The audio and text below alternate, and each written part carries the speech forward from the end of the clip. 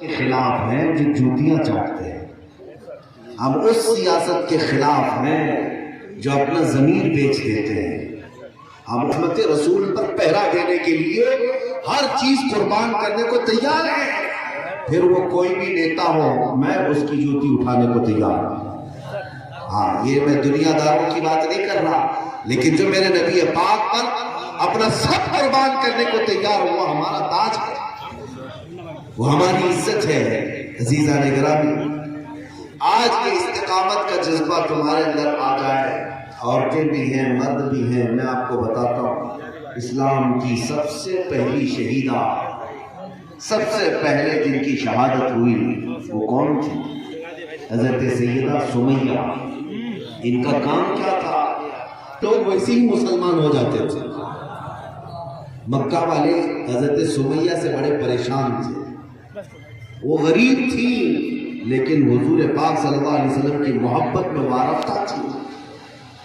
ایک دن ایسا ہوا کہ ایک چوراہے پر ان کو پکڑ لیا گیا، ابو جہل اور اس کے غنڈوں نے پکڑ کر کے اس خاتون کے ہاتھوں اور پیروں کو گھوڑے کی ٹانگوں سے باندھ دیا، چاروں ٹانگوں سے ان کے ہاتھ پیر باندھ دیے، پھر گھوڑے کو دوڑایا گیا۔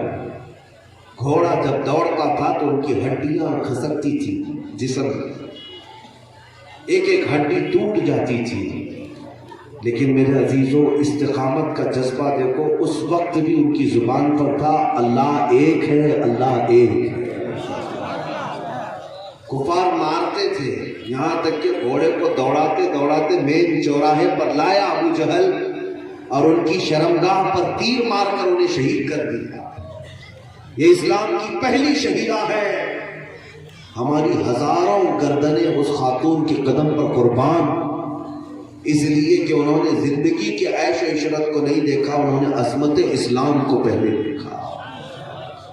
میرے عزیزوں، تمہاری زندگی میں کبھی یہ موقع آئے کہ تمہیں چننا پڑے اپنے دین کو، میرے مصطفیٰ کے نام کو اور ان کی عزت کو، اور ایک طرف اپنی اولاد کو، اپنی جائیداد کو، اپنی بیوی کو، مجھے بتاؤ کس طرف دیکھو گے؟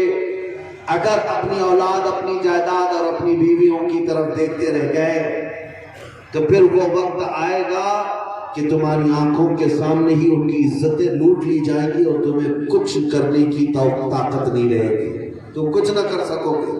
لیکن ہاں، اگر غیرت تمہاری ایسی ہے، دنیا چھوٹتی ہے تو چھوٹے، لیکن نام مصطفیٰ پر آنچ نہیں آنا چاہیے، عظمت اسلام پر حرف نہیں آنا چاہیے۔ جب ایسی غیرت تمہارے اندر ہے تو سنو، اللہ کا وعدہ ہے، اللہ خود تمہاری عزتوں کی حفاظت فرمائے۔ ان تنصروا اللہ ینصرکم، اگر تم اللہ کے دین کی حفاظت میں ہو، اللہ تمہاری مدد میں ہے، اللہ تمہاری مدد میں ہے۔ اس لیے آج میں بیدار کرنا چاہتا ہوں۔ بعض لوگ یہ کہتے ہیں کہ مولانا بہت بھڑکاؤ بھاشن کرتے ہیں، وہ ان لوگوں کے لیے بھڑکاؤ لگتا ہے جن کو ہم بیدار کرتے ہیں۔ ان کو تو چاہیے کہ نشہ میں ایڈکٹ بچے سوتے رہیں، ان کو کبھی وہ لوگ نظر نہیں آتے جو مجرے کرتے ہیں، بھنگڑا کرتے ہیں، وہ لوگ نظر نہیں آتے جو ہماری قوم کے بچے آوارہ اور عیاش ہو گئے، لیکن انہیں اگر کوئی بیدار کرنے والا نظر آئے تو اس کو کہیں گے بھڑکاؤ۔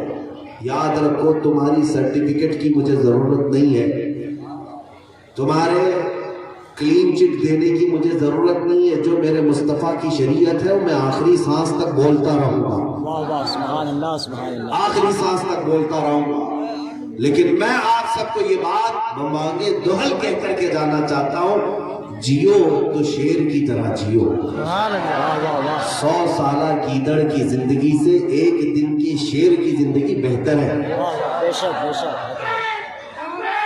لبیک یا رسول اللہ، لبیک لبیک لبیک یا رسول اللہ۔ میں آپ سے ایک بات سوال کرتا ہوں، مجھے یہ بتاؤ اے نوجوانوں، میں سوال کرتا ہوں، اپنے دل پر ہاتھ رکھ کر کے بتاؤ تمہارا عقیدہ ہے یا نہیں، تمہارا دین سچا ہے یا نہیں، تمہارا رسول سچا ہے یا نہیں، تمہارا خدا سچا ہے یا نہیں، قرآن اللہ کی کتاب سچی ہے یا نہیں۔ اب سنو، جس کا دین سچا، رسول سچا، خدا سچا، کتاب سچی، جس کا سب سچا ہے،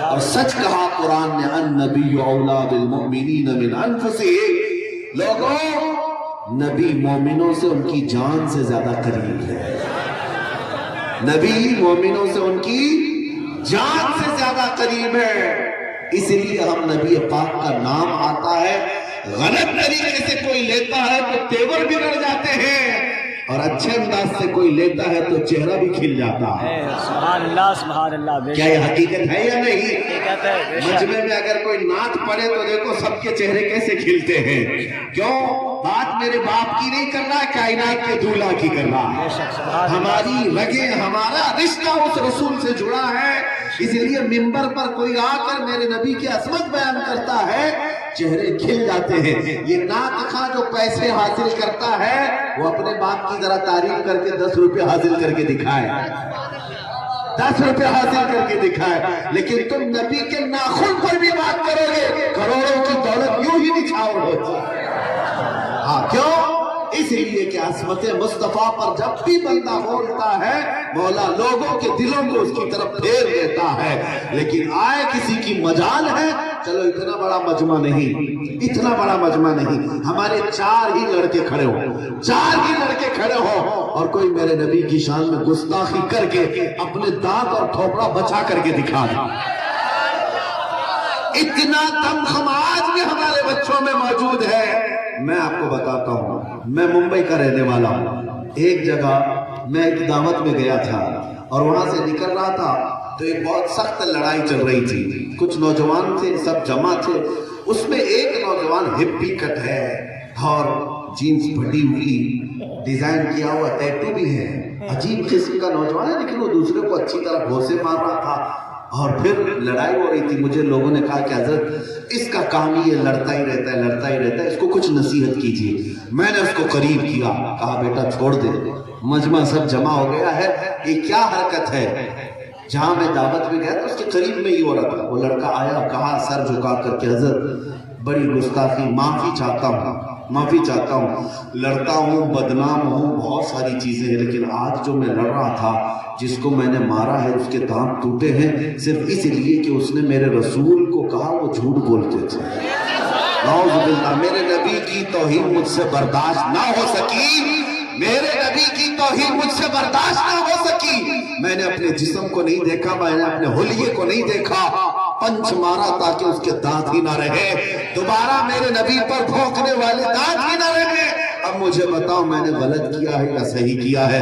میں نے کہا بیٹا تو نے جو کیا ہے یہ تیرا ایمان ہے۔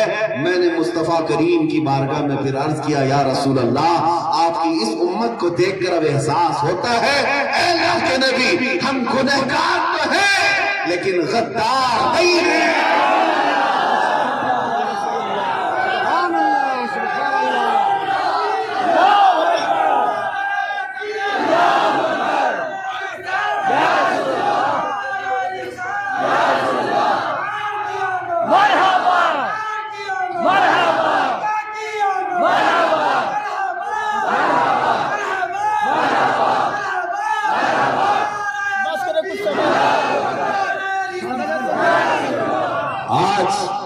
قوت ایمانی اور جذبہ عشق مصطفیٰ تمہارے اندر بیدار ہو جائے تو دور جانے کی ضرورت نہیں، تمہارے گھروں میں خود ہی صلاح الدین پیدا ہوگا، تمہارے گھروں میں خود ہی شہاب الدین پیدا ہوگا۔ تم عظمت مصطفیٰ کے لیے حساسیت کو زندہ کرو۔ آپ کو پتا ہے جس جرنیل کا آج پوری دنیا لوہا مانتی ہے وہ صلاح الدین ایوبی، آپ نے نام سنا ہے کہ نہیں سنا ہے؟ ہر نوجوان کو چاہیے تمہارا ہیرو یہ پردے پر ناچنے والا مجرے کرنے والا ہیرو نہیں ہے، مسلمانوں کے اصلی ہیرو تو خالد بن ولید ہے، صلاح الدین ایوبی ہے۔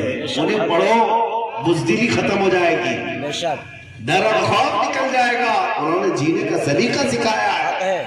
میں آپ کو بتا رہا ہوں اس صلاح الدین کو اللہ نے وہ قوت عطا کی تھی کہ ایک مرتبہ ایسا ہوا ہے کہ 4 لاکھ صلیبی عیسائی مقابل میں آئے، پورا یورپ اتر گیا تھا، کئی بادشاہوں نے آپس میں ایک دوسرے سے اتحاد کیا اور میدان میں اتر آئے اس وقت صلاح الدین ایوبی کے پاس پتہ ہے کتنی فوج تھی؟ صرف 12,000 کی. 12,000. یہ سب چیزیں مت اٹھاؤ. ناز خان لوگوں کو دیتے ہیں. وہ نہیں لیتے. 12,000 صرف صلاح الدین ایوبی کے پاس, اور مقابل میں کتنے لوگ ہیں؟ 4 لاکھ. مقابلہ ہو سکتا ہے؟ دنیا تو یہ کہے گی کہ کہاں 12,000 کہاں 4 لاکھ.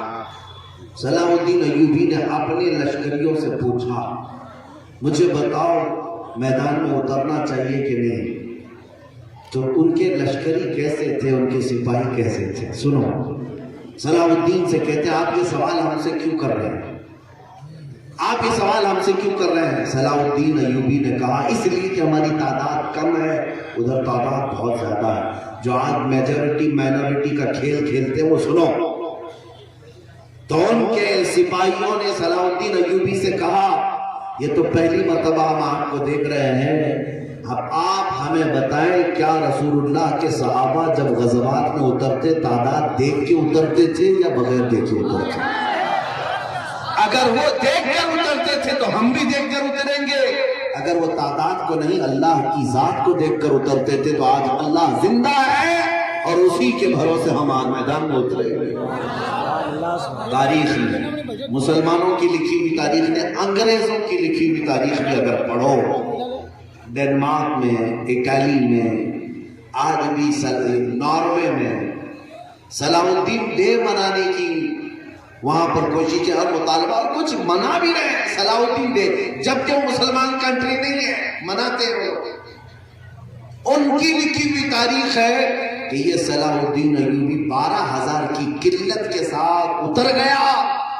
3 دن جنگ چلتی رہی لیکن وہ 4 لاکھ کو ٹکڑے ٹکڑے کر دی. سبحان اللہ سبحان اللہ. بے شک سب کے سب بکھر گئے, میدان چھوڑ کر بھاگے, جان بچا کر نکلے. یہی میں آپ کو بتانا چاہتا ہوں یہ طاقت و قوت کون سے کاجو بادام کھانے سے آتی ہے؟ یہ عزم, یہ حوصلہ, یہ استقامت کہاں سے آئی؟ سنو. صلاح الدین ایوبی کے اندر جو جذبہ تھا وہ کون سا تھا؟ وہ اپنی تلوار پر, اپنی طاقت پر بھروسہ نہیں کرتے, ان کو صرف اور صرف عظمت رسول پر یقین تھا. بے شک بے شک. کیوں؟ جس کے لیے لڑ رہا ہوں میرے مصطفیٰ کی عزت ہے.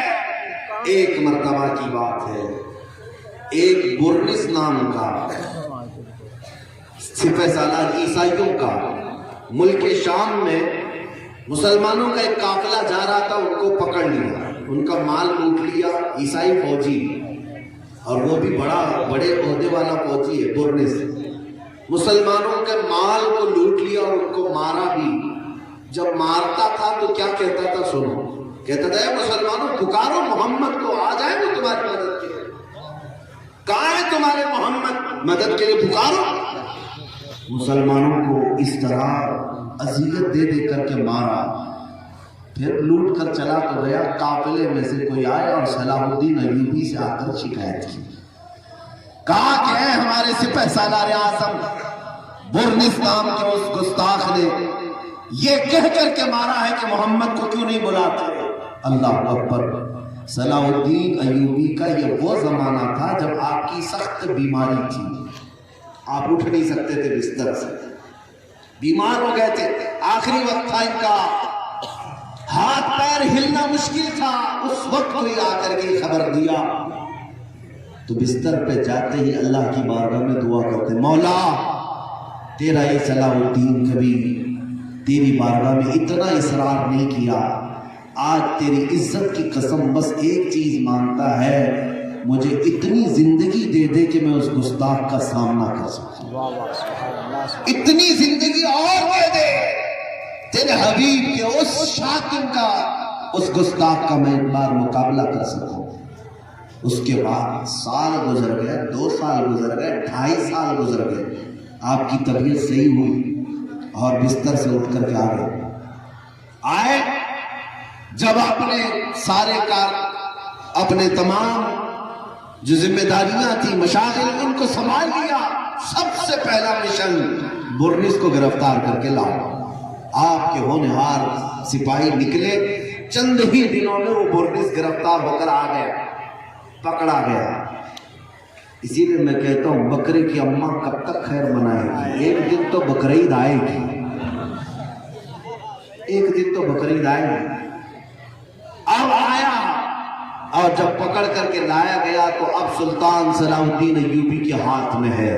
لیکن آپ کو ایک بات میں بتاؤں، صلاح الدین ایوبی کی سب سے اچھی عادت یہ تھی کہ جنگوں میں جس ملک میں بھی جاتے، جب فتح ہوتی تو مقابلے میں جتنے بھی فوجی گرفتار ہوتے سب کو آپ خوش دلی کے ساتھ آزاد کرتے تھے۔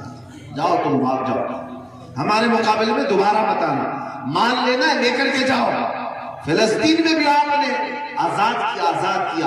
اسی لیے ڈنمارک اٹالی والے لوگ صلاح الدین ڈے مناتے ہیں کہ ویسا رحم دل جنرل ہم نے دیکھا نہیں، جنگ کرتا تھا، مقابل میں آئے ہوئے فوجیوں کو پکڑے جانے کے بعد آزاد کرتا تھا۔ لیکن آج وہ برنس کو معلوم ہے کہ یہ بڑا رحم دل آدمی ہے، بڑا سخی آدمی، آزاد کر دیتا ہے۔ بہت سارے سپاہی جو قید ہو کر کے آئے تھے سب کو صلاح الدین نے کہا دوبارہ تلوار نہ اٹھانے کا ایگریمنٹ کرو اور نکل جاؤ۔ سب کو آزاد کرتا برنس کا نمبر آیا، وہ آیا اور کہا کہ میں بھی گرفتار قیدیوں میں سے ہوں، آپ کی عادت ہے آزاد کرنے کی، مجھے بھی آزاد کر دے۔ صلاح الدین ایوبی نے کہا اگر تجھے آزاد کیا تو میرے اوپر اللہ کا عذاب آ جائے گا، میں تو اسی لیے زندہ ہی ہوں کہ تیرا مقابلہ کروں۔ اور اس کے بعد اس کے ہاتھ باندھ دیے، اس کی گردن پر تلوار رکھی، مجمع بھی تھا۔ اور اس دن صلاح الدین ایوبی نے کہا او گستاخ برنس، تو 2.5 سال پہلے مسلمانوں سے کہہ رہا تھا بلا محمد کو مدد کے لیے، دیکھ محمد عربی نے مجھے بھیجا ہے تیری گردن لینے کا۔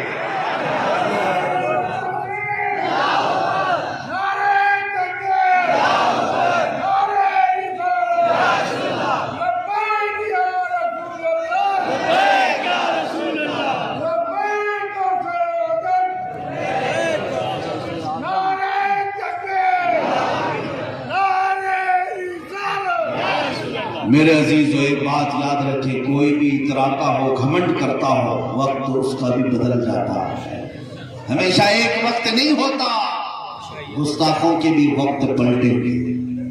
اور یہ موسمی کیڑے موسم کے جاتے ہی پھر ان کو اوقات سمجھ میں آ جائے، اس لیے